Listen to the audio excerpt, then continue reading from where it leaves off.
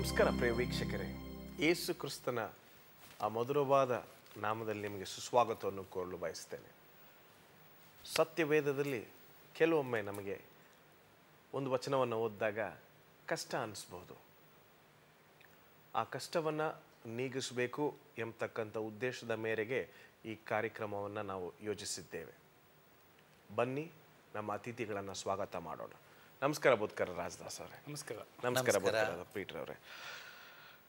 ಪ್ರಕಟಣೆ ಎಂಬತಕ್ಕಂಥ ಪುಸ್ತಕವನ್ನು ತೆಗೆದುಕೊಂಡಾಗ ನಾವು ಸಾಧಾರಣವಾಗಿ ಎಲ್ಲೆಲ್ಲೂ ನಿಂತು ಬಿಡ್ತೀವಿ. ಮುಂದೆ ಹೋಗೋದೇ ಸ್ವಲ್ಪ ಕಷ್ಟವಾಗಿದೆ.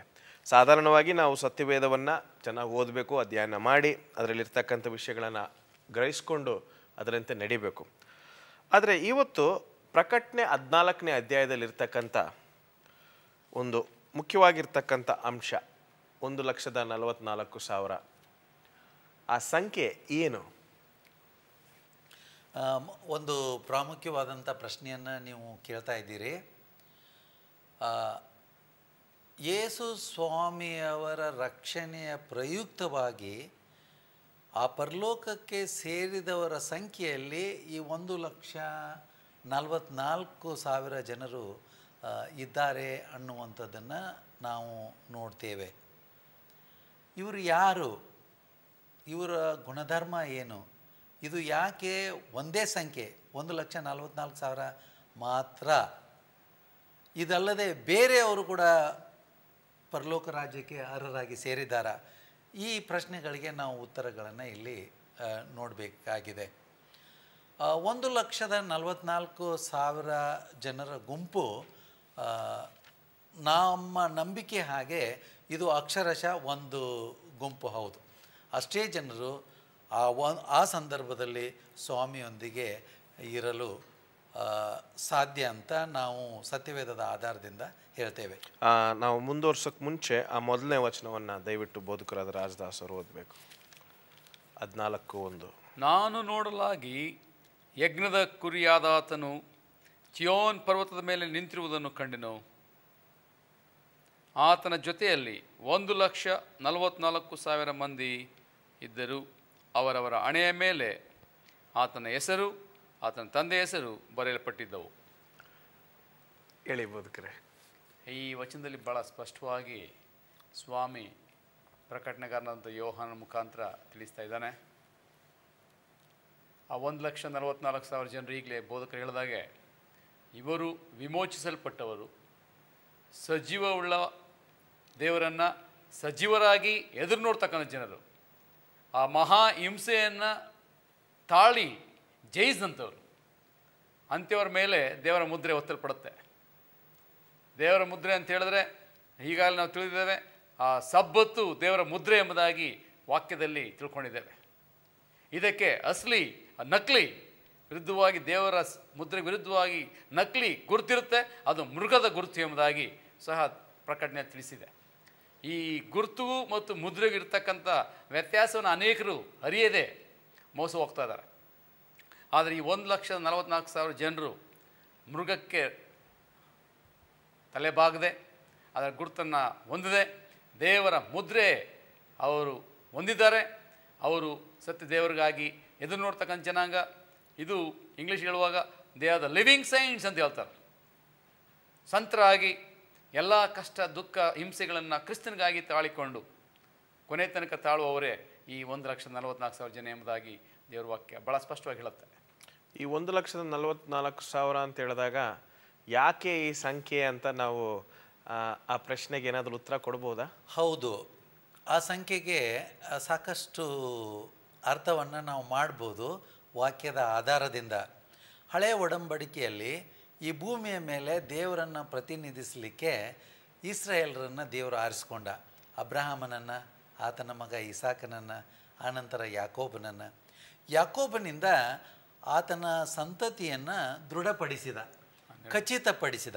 ಯಾಕೋಬನಿಗೆ 12 ಜನ ಮಕ್ಕಳಿದ್ದರು. ಆ 12 ಜನ ಮಕ್ಕಳಿಗೆ 12 ಗುಣಗಳಿತ್ತು. ಇವರೆಲ್ಲರನ್ನ ಒಟ್ಟಾಗಿ ಸೃಷ್ಟಿಕರ್ತನಾದಂಥ ಏಕಮಾತ್ರ ದೇವರನ್ನು ಆರಾಧಿಸುವ ಒಂದು ಕಟ್ಟಪ್ಪನೆ ಇತ್ತು. ಮತ್ತು ಇವರು ಇಡೀ ಭೂಮಿಗೆ ಈ ಸೃಷ್ಟಿಕರ್ತನ ಬಗ್ಗೆ ಸಾಕ್ಷಿಯನ್ನು ಹೇಳಬೇಕಾಗಿತ್ತು. ಸೊ ಅಲ್ಲಿಂದ ಕ್ರಿಸ್ತನು ಬರುವವರೆಗೂ ಈ ಜನಾಂಗ ಭೂಮಿಯ ಮೇಲೆ ದೇವರ ಜನರು ಎಂದು ಕರೆಯಲ್ಪಟ್ಟಿದ್ದರು. ಅವರಿಗೆ ಆದಂಥ ಧಾರ್ಮಿಕ ವಿಧಿ ನೇಮಗಳು ಮತ್ತು ವಿಶೇಷತೆಯನ್ನು ತೋರಿಸುವಂಥ ಗುರುತುಗಳು ಕೂಡ ಇದ್ದವು. ಉದಾಹರಣೆಗೆ ಸುನ್ನತಿ, ಉದಾಹರಣೆಗೆ ಆರಾಧನೆ ಮತ್ತು ದೇವರ ಆಜ್ಞೆಗಳನ್ನು ಚಾಚೂ ತಪ್ಪದೆ ಕೈಗೊಂಡು ನಡೀತಾರೆ ಅನ್ನುವಂಥದ್ದು. ಈ ಗುರುತನ್ನು ನಾವು ನಮ್ಮ ಗಮನಕ್ಕೆ ತೆಗೆದುಕೊಳ್ಬೇಕಾದಂಥದ್ದು ಭಾಳ ಪ್ರಾಮುಖ್ಯ. ಈ ಜನರು ನೈತಿಕವಾಗಿ ಶುದ್ಧರಾಗಿರಬೇಕು ಅಂತ, ನಿಷ್ಕಳಂಕರಾಗಿರಬೇಕು, ಶೀಲವಂತರಾಗಿರಬೇಕು ಅಂತ ನಮ್ಮ ಭಾಷೆಯಲ್ಲಿ ಕೂಡ ನಾವು ಹೇಳ್ಬೋದು. ಮಲಿನತೆ, ಅಶ್ಲೀಲತೆ ಅಥವಾ ಶೀಲ ಕಳೆದುಕೊಳ್ಳುವಂಥದ್ದು, ಕೆಡುವಂಥದ್ದು ಅಂತಂದರೆ ಈ ಆಜ್ಞೆಗಳಿಗೆ ವಿರೋಧವಾಗಿ ನಡೆಯುವಂಥದ್ದು, ಅಥವಾ ದೇವರನ್ನು ಬಿಟ್ಟು ಸೈತಾನನನ್ನಾಗಲಿ ತಾವು ಕಲ್ಪಿಸಿಕೊಂಡಂಥ ವಸ್ತು, ವಿಷಯ, ತತ್ವ, ಜನ ಅದಕ್ಕೆ ಪ್ರಾಮುಖ್ಯತೆಯನ್ನು ಕೊಡುವುದಾಗಲಿ ಈ ಧರ್ಮದಿಂದ ಬೀಳುವಂಥದ್ದು ಅಂತ ನಾವು ನೋಡ್ತೇವೆ. ಅದಕ್ಕೆ ಇನ್ನೂ ಒಂದು ಪದ ಏನು ಹೇಳ್ತೀರಿ ಬೋಧಕರೇ? ಜಾರತ್ವ ಅಂತ ಹೇಳ್ತಾರೆ. ಸೊ ಇಲ್ಲಿ 12 ಕುಲದವರು ಆ ಸೃಷ್ಟಿಕರ್ತನ ಪ್ರತ್ಯೇಕತೆಯನ್ನು ಏನು ಮಾಡಿದರು, ಎತ್ತಿ ತೋರಿಸಿದರು ಅನ್ನುವಂಥದ್ದು ನಮ್ಮ ಗಮನಕ್ಕೆ ಬರ್ತದೆ. ಹಾಗೆಯೇ ಹೊಸ ಒಡಂಬಡಿಕೆಗೆ ಬಂದಾಗ ಯೇಸು ಸ್ವಾಮಿಯು ಕೂಡ ಒಂದು ವಿಶೇಷ ಕೆಲಸವನ್ನು ಮಾಡಿದರು. ಅವರ ರಾಜ್ಯದ ಈ ಲೋಕದಲ್ಲಿಯ ಸ್ಥಾಪನೆಯಲ್ಲಿ 12 ಜನ ಶಿಷ್ಯರನ್ನು ಅವರು ಉಪಯೋಗಿಸಿಕೊಂಡ್ರು. ಸೊ ಪರಲೋಕದ ದ್ವಾರ, ಪರಲೋಕದ ಪಟ್ಟಣಕ್ಕೆ 12 ಅಸ್ಥಿವಾರಗಳು, 12 ದ್ವಾರಗಳು, ಈ ರತ್ನಗಳಿಂದ ಅಲಂಕಾರ ಅಂತಲೂ ನಾವು ಇಲ್ಲಿ ಓದ್ತೇವೆ. ಸೊ ಹೀಗೆ ಪ್ರತಿಯೊಂದು ಕುಲ ಅಥವಾ ಪ್ರತಿಯೊಬ್ಬ ಶಿಷ್ಯರನ್ನು ಅಥವಾ ಅವರವರ ಗುಣಗಳಿಗೆ ಅನುಗುಣವಾಗಿ ಒಂದೊಂದು ಗುಣದಿಂದ ಎಷ್ಟು 1000 ಜನರು ಅಂತೀರಿ? 12,000 ಜನರು ಇರ್ತಾರೆ ಅಂತ ನೋಡಿ. ಅಂದರೆ ಇದು 12 1,44,000 ಜನರು. ಸೊ ಈ ರೀತಿ ವಿವರಣೆಯನ್ನು ನಾವು ತೆಗೆದುಕೊಳ್ಬೋದು. ಈಗ ಈ 1,44,000 ಜನರಲ್ಲಿ ಈಗಾಗಲೇ ನಾವು ಯಾರು ಅದು ಅಂತ ನಾವು ನೋಡಾಯಿತು. ಮುಂದಿನ ಭಾಗದಲ್ಲಿ ಇನ್ನೂ ಸ್ವಲ್ಪ ಪ್ರಶ್ನೆಗಳಿಗೆ ಉತ್ತರವನ್ನು ನಾವು ಖಂಡಿತವಾಗ್ಲೂ ಸತ್ಯವೇದದಲ್ಲಿ ಹುಡುಕೋಣ. ಒಂದು ಸಣ್ಣ ವಿರಾಮದ ನಂತರ ತುಂಬ ಮುಖ್ಯವಾಗಿರ್ತಕ್ಕಂಥ ಈ ಒಂದು ಅಧ್ಯಾಯದ ಬಗ್ಗೆ ನಮ್ಮ ಚರ್ಚೆ ಜಾರಿ ಇದೆ. ಒಂದು ಸಣ್ಣ ವಿರಾಮದ ನಂತರ.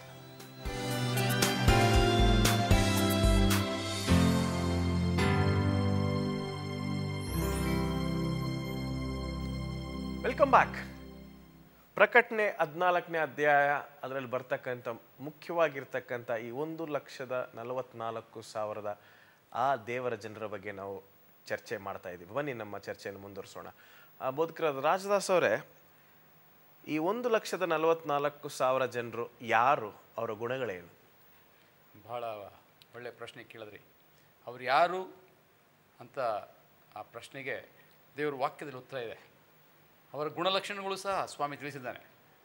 ಇದನ್ನು ನಾವು ವಾಕ್ಯದಲ್ಲಿ ಕಲಿಯೋ 14ನೇ ಅಧ್ಯಾಯ, ಪ್ರಕಟಣೆ 14ನೇ ಅಧ್ಯಾಯ 4ನೇ ವಚನದಿಂದ ಅಥವಾ 3ನೇ ವಚನದ ಕೊನೆ ಭಾಗದಿಂದ ನಾವು ಓದ್ಬೋದಾಗಿದೆ. ಭೂಲೋಕದೊಳಗಿಂದ ಕೊಂಡುಕೊಳ್ಳಲ್ಪಟ್ಟ ಈ 1,44,000 ಜನರೇ ಹೊರತು ಬೇರೆ ಯಾರೂ ಆ ಹಾಡನ್ನು ಕಲಿಯಲಾರರು. ಈ 1,44,000 ಜನರಿಗೆ ಒಂದು ವಿಶೇಷವಾದಂಥ ಅವಕಾಶ ಸಿಗುತ್ತೆ. ಯಾಕಂದರೆ ಮಹಾಹಿಂಸೆಯನ್ನು ಜಯಿಸಿದಂಥ ಈ ಭಕ್ತರಿಗೆ ಆ ಮೋಶೆ ಮತ್ತು ಆ ಕುರಿಯ ಹಾಡನ್ನು ಸ್ವಾಮಿ ಕಲಿಸ್ತಾನಂತೆ. ವಿಶೇಷವಾದಂಥ the Lam of the Moses ಅಂತ ಹೇಳ್ತಾರೆ. ಆ ರಾಗ ಇವರು ಮಾತ್ರ ಕಲೀಲಿಕ್ಕೆ ಒಂದು ಅವಕಾಶ. ಇವಾಗ ವಿಶೇಷವಾಗಿ ಸಭೆಯಲ್ಲಿ ಆರಾಧನೆ ನಡೆಯುವಾಗ ಗಾಯನ ಮಂಡಳಿಯವರು ವಿಶೇಷ ರಾಗ ಆಡ್ತಾರೆ ನೋಡ್ರಿ, ಅವ್ರು ಮಾತ್ರ ಆಡ್ತಾರೆ, ಕ್ವಯರ್. ಅದೇ ರೀತಿ ಈ 1,44,000 ಜನರು ಆ ವಿಶೇಷ ಗೀತೆಯನ್ನು ಹಾಡಲಿಕ್ಕೆ ಅವ್ರಿಗೆ ಒಂದು ಅವಕಾಶ ಕೊಡಲ್ಪಡುತ್ತೆ. ಎರಡನೇದಾಗಿ ಅವರು ಸ್ತ್ರೀ ಸವಾಸದಿಂದ ಮಲಿನ ರಾಗದವರು. ಸ್ತ್ರೀ ಅಂದರೆ ಅಂದ್ರಿ ಸಭೆ. ನಾನು ನಿಮಗೆ ಕಳೆದ ಸಾರಿ ನಾವು ಕಲ್ತಿದ್ದೇವೆ, ಶುದ್ಧ ಸ್ತ್ರೀ, ಮಲಿನ ಸ್ತ್ರೀ, ಜಾರ ಸ್ತ್ರೀ. ಜಾರ ಸ್ತ್ರೀ ಅಂದರೆ ಅಶುದ್ಧ ಸಭೆ. ಈ ಅಶುದ್ಧ ಸಭೆಯಲ್ಲಿ ಅವರು ಹೊರ ಬಂದವರು, ಆ ಸ್ತ್ರೀ ಸವಾಸ ಮಾಡದೇ ಇರತಕ್ಕಂಥವ್ರು, ಮಲಿನ ರಾಗದೇ ಇರೋದವರು ಅಂತೇಳಿ ಎರಡನೇ ಗುಣಲಕ್ಷಣ ಈ 1,44,000 ಜನರಲ್ಲಿ ಕಾಣ್ತೇವೆ. ಮೂರನೇ ಗುಣ ಯಾವುದಂತ ಹೇಳಿದ್ರೆ, ಯಜ್ಞದ ಕುರಿಯಾದಾತನು ಎಲ್ಲಿ ಹೋದರೂ ಅವರು ಆತನ ಹಿಂದೆ ಹೋಗುವರು. They are followed Jesus implicitly. ಕ್ರಿಸ್ತನ ಹಿಂಬಾಲಕರು, ಕ್ರಿಸ್ತನ ಶಿಷ್ಯರು, ಅನುಯಾಯಿಗಳು, ಕ್ರಿಸ್ತನ ಜೀವಿಸಿದಾಗೆ ಜೀವಿಸಿದಂಥವ್ರು. ಅದಕ್ಕೆ ಸ್ವಾಮಿ ಹೇಳ್ದ ಮತ್ತಾಯ 4:19 ಫಾಲೋ ಮೀ ಅಂತೇಳಿ. ಈ 1,44,000 ಜನರು ಕ್ರಿಸ್ತನನ್ನ ಹಿಂಬಾಲಿಸಿದವರು, ಆತನ ಹೇಳ್ದಂಗೆ ಮಾಡಿದವರು, ಸ್ವಾಮಿನ ಪ್ರೀತಿ ಮಾಡಿ ಆತನ ಆಜ್ಞೆಯನ್ನು ಪಾಲಿಸಿದವರು ಇವರೇ ಎಂಬುದಾಗಿ ಶಾಸ್ತ್ರ ಹೇಳುವಂಥದ್ದಾಗಿದೆ. ಇದು ಮೂರನೇ ಗುಣ. ಈಗ ಬೋಧಕರಾದ ಪೀಟರ್ ಅವರೇ, ಒಂದು ಪ್ರಶ್ನೆ, ನಾವು ತಿರ್ಗಾ ನೀವು ಈ ಚರ್ಚೆಗೆ ಬರೋಣ.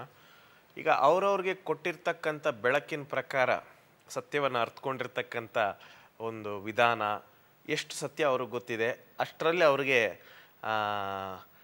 ಅವರು ಪರಲೋಕ ರಾಜ್ಯಕ್ಕೆ ಹೋಗ್ತಾರಾ ಇಲ್ವಾ ಎಂಬತಕ್ಕಂಥದ್ದು ಯಥಾರ್ಥ ಆಗುತ್ತೆ. ಆದರೆ ಈಗ ಕೆಲವ್ರಿಗೆ ಸ್ವಲ್ಪ ಸತ್ಯ ಸಿಕ್ಕಿರ್ತದೆ, ಇನ್ನೂ ಸ್ವಲ್ಪ ಸತ್ಯ ಸಿಕ್ಕಿರೋದಿಲ್ಲ, ಅವಕಾಶ ಸಿಕ್ಕಿರಲ್ಲ. ಅಂಥವ್ರು ಕೂಡ ಈ 1,44,000 ಜನರಲ್ಲಿ ಇರ್ತಾರ? ಈ ವಾಕ್ಯದ ಪ್ರಕಾರ ಅವ್ರಿಗೆ ಅರ್ಹತೆ ಇಲ್ಲ ಅಂತ ಅನಿಸುತ್ತೆ. ಇದರಲ್ಲಿ ಇರ್ತಕ್ಕಂಥವರು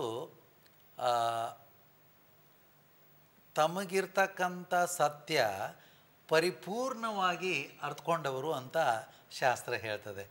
ಮಲಿನರಾಗದವರು ಅಂತ ಹೇಳುವಾಗ ಸ್ತ್ರೀಯಿಂದ ಮಲಿನ, ಬಹುಶಃ ಆ ಬಗ್ಗೆ ನಾನು ಮತ್ತೊಂದು ಮಾತನ್ನು ಹೇಳಿ ಬಯಸ್ತೇನೆ. ಸ್ವಾಮಿ ತನ್ನ ಸತ್ಯವನ್ನು ಈ ಕೊನೆಯ ಸಭೆಗೆ ತಿಳಿಸಿದ್ದಾನೆ. ಉದಾಹರಣೆಗೆ ಇದೇ ಅಧ್ಯಾಯದಲ್ಲಿ ಮುಂದೆ ಹೋಗುವಾಗ 6ನೇ ವಚನದಿಂದ ಈ ದೂತರ ಸಂದೇಶ ಅಂತ ಹೇಳುವಾಗ ಆ ಸಂದೇಶ ಏನು ಅನ್ನೋದನ್ನು ನಮಗೆ ಹೇಳಿದ್ದಾನೆ. ದೇವರ ನೇಮಗಳನ್ನು, ಗುಣಗಳನ್ನು ಪರಿಪೂರ್ಣವಾಗಿ ಹೊಂದಿದವರು ಅಂತ ಹೇಳ್ತದೆ. ಬೋಧಕರು ಹೇಳಿದರು, ಈ ಮುದ್ರೆ 4ನೇ ಆಜ್ಞೆಯನ್ನು ಉಲ್ಲಂಘನೆ ಮಾಡ್ತಾರೆ ಜನರು. 4ನೇ ಆಜ್ಞೆ ಇನ್ನೂ ಇದೆ ಅಂತ ಅದನ್ನು ಅನುಸರಿಸಿಕೊಂಡು ಹೋಗೋವ್ರಿಗೆ ಮುದ್ರೆ ಅಂತ. ಅದು ಒಳಗೊಂಡಿದ್ದರೂ ಈ ಆಜ್ಞೆಗಳೆಲ್ಲ ಅದರಲ್ಲಿದೆ. ಅಂದರೆ ಸಂಪೂರ್ಣವಾದಂಥ ಆಜ್ಞೆಯನ್ನು ಇವರು ಅರಿವನ್ನು ಹೊಂದಿ ಮನಪೂರ್ವಕವಾಗಿ ಅದನ್ನು ಕೈಕೊಂಡು ನಡೆಯುವಂಥವರು ಈ ಮುದ್ರೆಯನ್ನು ಹೊಂದಿದ್ದಾರೆ. ಸೊ ಅಂತಂದರೆ ಅಲ್ಪ ಸ್ವಲ್ಪ ತಿಳುವಳಿಕೆ ಆದವರು ಅಲ್ಲ, ಇದು ಸತ್ಯ ಅಂತ ವಾಕ್ಯಗಳನ್ನು ಓದಿ ಸ್ವಾಮಿ ಚಿತ್ತವನ್ನು ತಿಳಿದುಕೊಂಡು ಅದರಂತೆ ನಡೆಯುವಂಥವ್ರು ಅಂತ ನಾವು ನೋಡ್ತೇವೆ. ಎರಡನೇ ಒಂದು ವಿಷಯ ಹೇಳಬೇಕಂತ ಇದ್ದೇನೆ. ಕೆಲವು ಜನರಿಗೆ ನಮ್ಮ ಒಬ್ಬ ಹಿರಿಯರಿದ್ದರು, ಅವರು ಸ್ತ್ರೀಯಿಂದ ಮಲಿನವಾಗದವರೇ ಪರಲೋಕಕ್ಕೆ ಸೇರ್ತಾರೆ ಅಂತ ಪಾಪ ಆಗುವವರೆಗೂ ಅಂದರೆ ಮುದುಕರಾಗಿ ಸಾಯೋವರೆಗೂ ಮದುವೆನೇ ಮಾಡ್ಕೊಳ್ಳೇನು.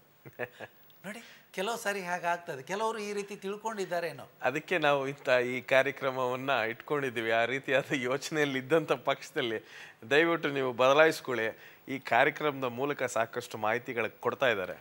ಸೊ ಸ್ತ್ರೀ ಸಹವಾಸ ಅನ್ನುವಾಗ ಒಂದು ವಿವಾಹದಲ್ಲಿ ಸ್ತ್ರೀ ಮತ್ತು ಪುರುಷನ ಒಂದು ಸಂಪರ್ಕ, ಅವರ ಒಂದಾಗುವಿಕೆ ಭಾಳ ಪವಿತ್ರವಾದದ್ದು ಅಂತ ಶಾಸ್ತ್ರ ಹೇಳ್ತದೆ. ಅದು ಕೆಟ್ಟದ್ದಲ್ಲ. ದೇವರು ಆತನ ಪ್ರೀತಿಯನ್ನು ನಾವು ಅರ್ಥ ಮಾಡಿಕೊಳ್ಳುವುದಕ್ಕಾಗಿ ಈ ಭೂಮಿಯಲ್ಲಿ ಈ ನಿಕಟವಾದಂಥ ಶ್ರೇಷ್ಠವಾದಂಥ ಸಂಬಂಧವನ್ನು ನಾವು ಹೊಂದಿ ಆ ಪ್ರೀತಿಯನ್ನು ರೂಢಿ ಮಾಡಿಕೊಳ್ಳುವುದಕ್ಕಾಗಿ ಗಂಡ ಹೆಂಡರನ್ನಾಗಿ ನಮ್ಮನ್ನು ಮಾಡಿದ್ದಾನೆ, ಆ ಆಶೀರ್ವಾದವನ್ನು ಕೊಟ್ಟಿದ್ದಾನೆ. ಸೊ ಸ್ತ್ರೀಯ ಸಂಪರ್ಕ ಅಂತ ಅನ್ನುವಾಗ ಈಗ ದೈಹಿಕವಾದಂಥ ಈ ಸಂಪರ್ಕದ ಬಗ್ಗೆ ಅದು ಮಾತಾಡ್ತಾ ಇಲ್ಲ. ಆದರೆ ಸ್ತ್ರೀ ಅನ್ನುವಂಥದ್ದು ಸಭೆಯಲ್ಲಿ ಎಲ್ಲಿಯವರೆಗೂ ದೇವರ ಚಿತ್ತವಿದೆ, ಆಜ್ಞೆಗಳಿದೆ, ಆತನ ಚಿತ್ತಕ್ಕನುಗುಣವಾಗಿ ಹೋಗ್ತಾರೆ, ಅದು ಶುದ್ಧವಾದಂಥದ್ದು. ಎಲ್ಲಿ ಅವರದೇ ಆದಂಥ ತತ್ವಗಳನ್ನು ಮಾಡಿಕೊಂಡು ಸಂಪ್ರದಾಯಕ್ಕೆ ಓಗೊಟ್ಟು ಅಥವಾ ಸೈತಾನನನ್ನು ಸ್ವಾಗತಿಸಿ ಸೈತಾನನ ಆಲೋಚನೆಗಳನ್ನು ತಮ್ಮ ಆಲೋಚನೆಗಳನ್ನಾಗಿ ಮಾಡಿದಾಗ ಆ ಸಭೆ ಯೇಸು ಸ್ವಾಮಿ ಅವರ ಹೆಸರಲ್ಲಿ ಇದ್ದರೂ ಕೂಡ ಅದು ಕೆಟ್ಟ ಸಭೆ ಅಂತ ನಾವಿಲ್ಲಿ ನೋಡ್ತೀವಿ. ಕೆಟ್ಟ ಸ್ತ್ರೀ ಅಥವಾ ಕೆಟ್ಟ ಹೆಂಗಸಿಗೆ ಅದನ್ನು ಹೋಲಿಕೆ ಮಾಡಿದ್ದಾರೆ. ಆ ಪ್ರಯುಕ್ತವಾಗಿ ಸ್ವಾಮಿ ಪ್ರಕಟಣೆ 18ನೇ ಅಧ್ಯಾಯ 4ನೇ ವಚನದಲ್ಲಿ ನನ್ನ ಪ್ರಜೆಗಳೇ ಆ ಬಾಬೇಲನ್ನು ಬಿಟ್ಟು ಹೊರಗೆ ಬನ್ನಿರಿ ಎಂಬುದಾಗಿ ಸ್ವಾಗತ ನೀಡ್ತಾರೆ. ಆ ಸ್ವಾಗತಕ್ಕೆ ಒಳಪಟ್ಟು ಯಾರು ಹೊರಬರ್ತಾರೆ ಅವರು ಈ 1,44,000 ಜನರಲ್ಲಿ ಇರ್ತಾರೆ ಎಂಬ ವಿಶ್ವಾಸ ನನ್ನದಾಗಿದೆ. ಅಷ್ಟು ಮಾತ್ರ ಅಲ್ಲ, ಅಲ್ಲಿ ಹೇಳುತ್ತಾ 5ನೇ ವಚನದಲ್ಲಿ ಅವರ ಬಾಯಲ್ಲಿ ಸುಳ್ಳು ಸಿಗಲಿಲ್ಲ ಮತ್ತು ಅವರು ನಿರ್ದೋಷಿಗಳಾಗಿದ್ದಂತೆ. ಇವತ್ತು ಆ 1,44,000 ಗುಂಪಲ್ಲಿ ನಾವು ಸೇರ್ಬೇಕಂತ ಹೇಳಿದ್ರೆ ನಾವು ಸುಳ್ಳು ಆಳಬಾರ್ದು. ಅದಕ್ಕೆ ಸ್ವಾಮಿ ಸ್ಪಷ್ಟವಾಗಿ ಆಜ್ಞೆ ಹೇಳ್ತಾನೆ, ಸುಳ್ಳು ಸಾಕ್ಷಿ ಹೇಳಬಾರ್ದು ಎಂಬುದಾಗಿ. ಮತ್ತು ನಿರ್ದೋಷಿಗಳು ಅಂದರೆ ಬ್ಲೇಮ್ಲೆಸ್. ತುಂಬ ಚೆನ್ನಾಗಿ ಹೇಳಿದರೆ. ಮುಂದುವರಿಸೋಣ. ಒಂದು ಸಣ್ಣ ವಿರಾಮಕ್ಕೆ ಸಮಯವಾಗಿದೆ. ಒಂದು ಸಣ್ಣ ವಿರಾಮದ ನಂತರ ನಿಮ್ಮನ್ನು ನಾವು ಭೇಟಿಯಾಗ್ತೇವೆ.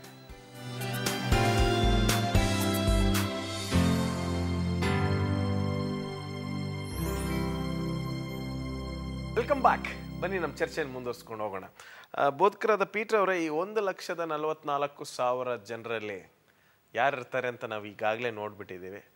ನಾವಿರ್ತೀವ? ಒಳ್ಳೆ ಪ್ರಶ್ನೆಯನ್ನು ನೀವು ಕೇಳ್ತಾ ಇದ್ದೀರಿ. ಇಲ್ಲಿ ಇನ್ನೂ ಏನು ಸಾಮಾನ್ಯ ಜನರ ಮನಸ್ಸಿನಲ್ಲಿ ಉದ್ಭವಿಸ್ಬೋದು ಪ್ರಶ್ನೆಗಳು ಅಂದರೆ, ಹಾಗಾದರೆ ದೇವರು ಈಗಾಗಲೇ ನಿರ್ಧಾರ ಮಾಡಿದ್ದಾನೆ, ಈಗ ನಾವು ಯಾಕೆ ಹೀಗಿರಬೇಕು, ಯಾಕೆ ಹಾಗಿರಬೇಕು ಅನ್ನುವಂಥ ಪ್ರಶ್ನೆ. ಇಲ್ಲಿ ನೋಡ್ತೇವೆ ನಾವು, ದೇವ್ರ ವ್ಯಕ್ತಿಗಳನ್ನ ನಿರ್ಧರಿಸಿಲ್ಲ.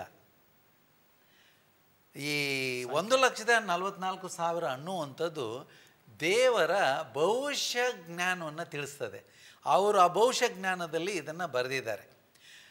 ಈಗ ಯಾರಾದರೂ ಇರ್ಬೋದು, ನಾವು ಇರ್ಬೋದು, ನೀವು ಇರ್ಬೋದು. ಯಾರು ಆತನನ್ನು ಪ್ರೀತಿಸಿ ಆತನ ಆಜ್ಞೆಗಳನ್ನ ಕೈಕೊಂಡು ನಡೆದು ಮಲಿನರಾಗದೆ ಸೈತಾನನಿಗೆ ತಮ್ಮನ್ನು ತಾವು ಒಪ್ಪಿಸಿಕೊಡದೆ, ಈಗ ಕೊನೆಯ ಕಾಲದಲ್ಲಿ ನಾವು ಕೊನೆಯ ಕಾಲದ ಅಂತ್ಯ ಸಮಯದಲ್ಲಿದೆ.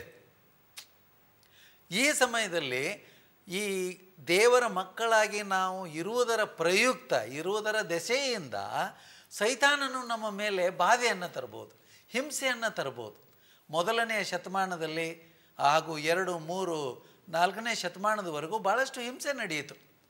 ಹಾಗೂ ಈ ಮಧ್ಯ ಯುಗದಲ್ಲಿಯೂ, ಕತ್ತಲೆ ಯುಗ ಅಂತ ಹೇಳ್ತೇವೆ, ಕ್ರಿಸ್ತ ಶಕ 538ರಿಂದ 1798ರವರೆಗೂ, ಯಾವಾಗ ಈ ಧಾರ್ಮಿಕ ಮತ್ತು ರಾಜಕೀಯ ಶಕ್ತಿ ಒಬ್ಬ ವ್ಯಕ್ತಿಯಲ್ಲಿ ಇಡಲ್ಪಟ್ಟಿತ್ತು, ಆ ಸಂದರ್ಭದಲ್ಲಿ ಯಾರ್ಯಾರು ಧೈರ್ಯವಾಗಿ ದೇವರ ವಾಕ್ಯಗಳಂತೆ ನಡೀತೇವೆ ಅಂದರು, ಅಂಥ ಸಂದರ್ಭದಲ್ಲಿ ಅವರನ್ನು ಹಿಂಸೆಗೆ ಒಳ ಮಾಡಿದರು.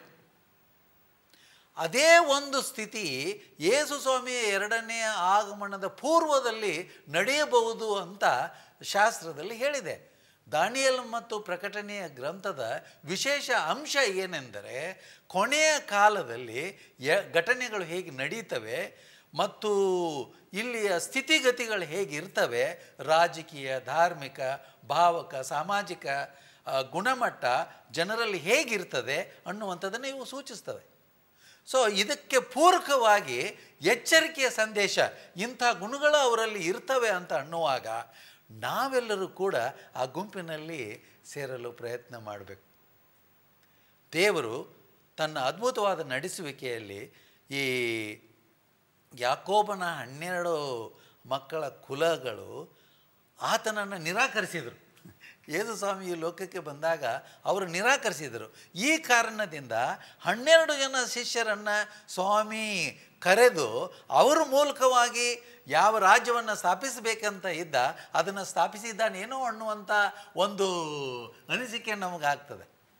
ಆದ್ದರಿಂದ ನಾವು ಆ ಗುಂಪಿನಲ್ಲಿ ಸೇರಲಿಕ್ಕೆ ಪ್ರಯತ್ನ ಮಾಡಲೇಬೇಕು, ಭಯಭಕ್ತಿಯನ್ನು ಬೆಳೆಸ್ಕೊಳ್ಬೇಕು, ನಿರ್ಮಲತ್ವದ ಹೃದಯ ನಮಗೆ ಇರಬೇಕು. ಸ್ವಾಮಿಯನ್ನು ಅಂಗೀಕಾರ ಮಾಡಿ ಏನೇ ಬಂದರೂ ಆತನನ್ನು ಸೇವಿಸುತ್ತಾ ಆತನ ಭಕ್ತಿಯಲ್ಲಿ ಮುಂದೆ ಹೋಗಬೇಕು. ಬೋಧಕರಾದ ಪೀಟರ್ ಅವರು ತುಂಬ ಅದನ್ನು ಎಚ್ಚರಿಕೆಯಿಂದ ಉತ್ತರವನ್ನು ಕೊಟ್ಟಿದ್ದೀರ. ನೀವು ಬೋಧಕರ ರಾಜದಾಸ್ ಅವರೇ, 1,44,000 ಆ ಗುಂಪಿನಲ್ಲಿ ಇರ್ತೀರಾ? ದೇವರ ಕೃಪೆಯಿಂದ ಆತನ ಮೇಲೆ ವಿಶ್ವಾಸವಿಟ್ಟು ನಾ ಇರ್ತೇನೆ ಎಂಬ ನಂಬಿಕೆ ನನ್ನದಾಗಿದೆ. ಯಾಕೆ ಹಂಗೆ ಹೇಳ್ತೀರಾ? ಯಾಕಂತ ಹೇಳಿದ್ರೆ ಸ್ವಾಮಿ ನಮ್ಮನ್ನು ಆರಿಸ್ಕೊಂಡಿದ್ದಾನೆ, ನಾವು ಆತನ ಆರಿಸ್ಕೊಂಡಿಲ್ಲ. ಇವತ್ತು ಸ್ವಾಮಿ ನಮ್ಮನ್ನು ಆರಿಸ್ಕೊಂಡು ನಮ್ಮನ್ನು ಕರೆದ ಪ್ರಯುಕ್ತವಾಗಿ ಆತನಿಗೆ ಮೆಚ್ಚುಗೆ ಆಗಿ ಆತನ ವಿಧೇಯರಾಗಿದ್ದರೆ ಸ್ವಾಮಿ ಆ ಮುದ್ರಿನ ತನ್ನ ಮಕ್ಕಳ ಮೇಲೆ ಒತ್ತಿಸ್ತಾನಂತೆ. ಪ್ರಕಟಣೆ 7ನೇ ಅಧ್ಯಾಯ 3ನೇ ವಚನದಲ್ಲಿ ದೇವರ ವಾಕ್ಯ ಬಹಳ ಸ್ಪಷ್ಟವಾಗಿ ಹೇಳುತ್ತೆ, ನಾವು ನಮ್ಮ ದೇವರ ದಾಸರಿಗೆ ಹಣೆಯ ಮೇಲೆ ಮುದ್ರೆ ಒತ್ತುವ ತನಕ ಅಂತ. ಆ ಮುದ್ರೆ ಈಗಾಗಲೇ ಹೇಳಿದ್ದೇವೆ, ಅದು ದೇವರ 4ನೇ ಆಜ್ಞೆ. ಆ 4ನೇ ಆಜ್ಞೆಯಲ್ಲಿ 3 ಅಂಶ ಇದೆ. ನೇಮ್, ಟೈಟಲ್, ಟೆರಿಟರಿ ಅಂತ ಹೇಳ್ತಾರೆ ಇಂಗ್ಲೀಷಲ್ಲಿ. ದೇವರ ನಾಮ ಇದೆ, ಯೆಹೋವ ದೇವರು. ಆತನ ಟೆರಿಟರಿ ಯಾವುದಂದರೆ ಭೂಮಿ ಆಕಾಶ ಎಲ್ಲ. ಮತ್ತು ಟೈಟಲ್ ಏನಂತ ಹೇಳಿದ್ರೆ ಆತನ ಸೃಷ್ಟಿಕರ್ತ ಅಂತ. ಸೊ ನೇಮ್, ಟೈಟಲ್, ಟೆರಿಟರಿ ಇರೋದು ಆ 3 ಅಂಶ 4ನೇ ಆಜ್ಞೆಯಲ್ಲಿ ಮಾತ್ರ. ಈ 4ನೇ ಆಜ್ಞೆನ ಎಲ್ಲ ಬಿಡ್ತಾ ಇದ್ದಾರೆ. ಇದು ಸೈತಾನ ಕುತಂತ್ರ ಆಗಿದೆ. ಅದು ಯಾರು ಈ 4ನೇ ಆಜ್ಞೆಯನ್ನು ಅಂಗೀಕರಿಸಿ ಅದಕ್ಕೆ ವಿಧೇಯರಾಗಿರ್ತಾರೋ ಅಂತಹ ವ್ಯಕ್ತಿಗಳ ಮೇಲೆ ಈ ಮುದ್ರೆ ಒತ್ತಲ್ಪಡುತ್ತೆ ಅಂದರೆ ಹಣೆ ಮೇಲಲ್ಲ, ಮನಸ್ಸಲ್ಲಿ ಸ್ವೀಕಾರ ಮಾಡಿದವರು ಈ ಗುಂಪಲ್ಲಿ ಸೇರ್ತಾರೆ ಎಂಬ ನಂಬಿಕೆ ನನ್ನದಾಗಿದೆ. ಇನ್ನೊಂದು ಅಂಶವನ್ನು ಇಲ್ಲಿ ನಾವು ತೆಗೆದುಕೊಳ್ಳೋಣ. ಈಗ ನಾವು ಇರ್ತೀವಿ ಇಲ್ಲೋ ಅನ್ನುವಂಥದ್ದು ಕಾಲಕ್ಕೂ ಕೂಡ ಅನ್ವಯವಾಗ್ತದೆ ಅನ್ನುವಂಥದ್ದನ್ನು ಬೋಧಕರು ಒಪ್ಕೊಳ್ತಾರೆ ಅಂತ ನೆನೆಸ್ತೇನೆ. ಅಂದರೆ ಯೇಸು ಸ್ವಾಮಿ ಬರುವಾಗ ಈ ಭೂಮಿ ಮೇಲೆ ಎತ್ತಲ್ಪಡ್ತಕ್ಕಂಥ ಜನರು ಇವರು. ಬರೀ ಇವರು ಮಾತ್ರ ರಕ್ಷಣೆ ಹೊಂದಿದ್ದಾರೆ ಅಂತಲ್ಲ, ಇವರು ಪ್ರಥಮ ಫಲ ಅಂತಂದರೆ ಆತನು ಬರುವಾಗ ಆತನೊಂದಿಗೆ ಎತ್ತಲ್ಪಡ್ತಕ್ಕಂಥವ್ರು, ಮಾರ್ಪಾಡು ಹೊಂದಿ. ಆದರೆ ಇನ್ನೂ ಒಂದು ದೊಡ್ಡ ಸಮೂಹ ಅಲ್ಲಿದೆ ಅಂತ ನಾವು ನೋಡ್ತೇವೆ. ಬಹುಶಃ 7ನೇ ಅಧ್ಯಾಯ 9ನೇ ವಚನದಲ್ಲಿ ಓದ್ತೀರಿ. ಇವುಗಳಾದ ಮೇಲೆ ಇಗೋ, ಯಾರಿಂದಲೂ ಎಣಿಸಲಾಗದಂಥ ಮಹಾಸಮೂಹವು ಸಿಂಹಾಸನದ ಮುಂದೆ ಯಜ್ಞದ ಕುರಿಯಾತನ ಮುಂದೆಯೂ ನಿಂತಿರುವುದನ್ನು ಕಂಡೆನ. ಅದು ನಮ್ಮ ಇನ್ನೊಂದು ಪ್ರಶ್ನೆಗೆ ಉತ್ತರವನ್ನು ನೀಡ್ತಾ ಇದೆ ಆ ವಚನ. ಈಗ ನಾವು ಈ 1,44,000 ಗುಂಪಲ್ಲಿ ಯಾರು ಇರ್ತಾರೆ ಅಂತ ನಮಗೆ ಗೊತ್ತು. ಈಗ ನಾನು ಅದರಲ್ಲಿ ಇರೋದಿಲ್ಲ ಅಂತ ಕೂಡ ನನಗೆ ಗೊತ್ತಾಗುತ್ತೆ. ನಾನು ಆ ಒಂದು ಜೀವನ ಶೈಲಿಯಲ್ಲಿ ನಡೆಸ್ತಾ ಇಲ್ಲ ಅಂತ ಉದಾಹರಣೆಗೆ ನಾನು ಹೇಳ್ತಾ ಇರೋದು. ಆವಾಗ ಈಗ ನಾನು ಅದರಲ್ಲಿ ಇರೋದಿಲ್ಲ ಅಂತ ನನಗೆ ಗೊತ್ತಾದರೆ ನಾನು ಯಾಕೆ ಇನ್ನೂ ಆ ಹಾದಿಯಲ್ಲಿ ನಡಿಬೇಕು? ಇರೋದಿಲ್ಲ ಅಂತ ಆಗೋದು ಹೇಗೆ? ಈಗ ನಮಗೆ ವ್ಯಕ್ತಿಗತವಾಗಿ ಹೆಸರುಗಳು ಗೊತ್ತಿಲ್ಲ, ಇವರೇ ಇರ್ತಾರೆ ಅವರೇ ಇರ್ತಾರೆ ಅಂತ. ಇಂಥ ಗುಣ ಇದ್ದವರು ಈ ಭೂಮಿ ಮೇಲೆ ಜೀವಿಸುವಾಗ ಯೇಸು ಸ್ವಾಮಿ ಬರೋದಾದರೆ ಆ ಗುಂಪಿನಲ್ಲಿ ಅವರು ಇರ್ತಾರೆ ಅಂತ. ಸರಿ ಅಂತೀರಾ? ಈಗ ನಾನು ಈ ರೀತಿ ಜೀವಿಸ್ತಾ ಇಲ್ಲ, ಯಾಕೆ ನನ್ನ ಜೀವನವನ್ನು ನಾನು ಮಾರ್ಪಡಿಸಬಾರ್ದು? ಯೇಸು ಸ್ವಾಮಿನ ನನ್ನ ಸ್ವಂತ ರಕ್ಷಕನನ್ನಾಗಿ ಯಾಕೆ ಸ್ವೀಕಾರ ಮಾಡಬಾರ್ದು? ನಿನ್ನ ವಾಕ್ಯದಲ್ಲಿ ಬರೆದಿದೆ ತಂದೆ, ನಾನು ನಿನ್ನಂತೆ ನಡೀತೇನೆ ಅಂತ ಯಾಕೆ ನಾವು ಹೇಳಿ ತೀರ್ಮಾನಿಸಿಕೊಂಡು ಮಾಡಿದ ತಪ್ಪುಗಳಿಗೆ ಪಶ್ಚಾತ್ತಾಪ ಪಟ್ಟು ಮನಸ್ತಾಪ ಪಟ್ಟು ತಿರುಗಿಕೊಂಡು ಪವಿತ್ರರಾಗಿ ಜೀವಿಸಬಾರ್ದು? ಶಕ್ತಿಯನ್ನು ಕೊಡಲು ಆತನು ಶಕ್ತನಿದ್ದಾನೆ. ಒಂದು ಪ್ರಾಮುಖ್ಯವಾದ ವಿಷಯ ಮಾಡಬಾರ್ದು ನಾವು. ಸ್ವಾಮಿ ಹೇಳಿದ್ರೆ, ನಾನು ಪರಿಶುದ್ಧನಾಗಿದ್ದೇನೆ, ನೀವು ಸಹ ಪರಿಶುದ್ಧರಾಗಿರಿ. ಈ 1,44,000 ಜನರು ಯಾರಂತ ಹೇಳಿದ್ರೆ ಪರಿಶುದ್ಧರಾಗಿರೋರು, ಅವರು ಮಾತ್ರ ಈ ಗುಂಪಲ್ಲಿ ಸೇರ್ತಾರೆ. ತುಂಬ ಚೆನ್ನಾಗಿ ಹೇಳಿದ್ರೆ, ಸಾಕಷ್ಟು ಮಾಹಿತಿಗಳನ್ನು ನೀಡಿದ್ದೀರಾ. ಯೇಸು ಕ್ರಿಸ್ತ ನಾಮದಲ್ಲಿ ನಿಮ್ಮನ್ನು ವಂದಿಸ್ತೇನೆ. ನಮಸ್ಕಾರ. ಪ್ರಿಯ ವೀಕ್ಷಕರೇ, ಖಂಡಿತವಾಗ್ಲೂ ಈ 1,44,000 ಆ ಒಂದು ಗುಂಪಲ್ಲಿ ನಾವು ಇರ್ತೀವಿ ಎಂಬತಕ್ಕಂಥ ನಂಬಿಕೆ ನಮ್ಮಲ್ಲಿದೆ. ನೀವು ಇರಬೇಕು ಅಂತ ನಾವು ಆಶಿಸ್ತೇವೆ. ದೇವರು ನಿಮ್ಮನ್ನು ಆಶೀರ್ವದಿಸಲಿ.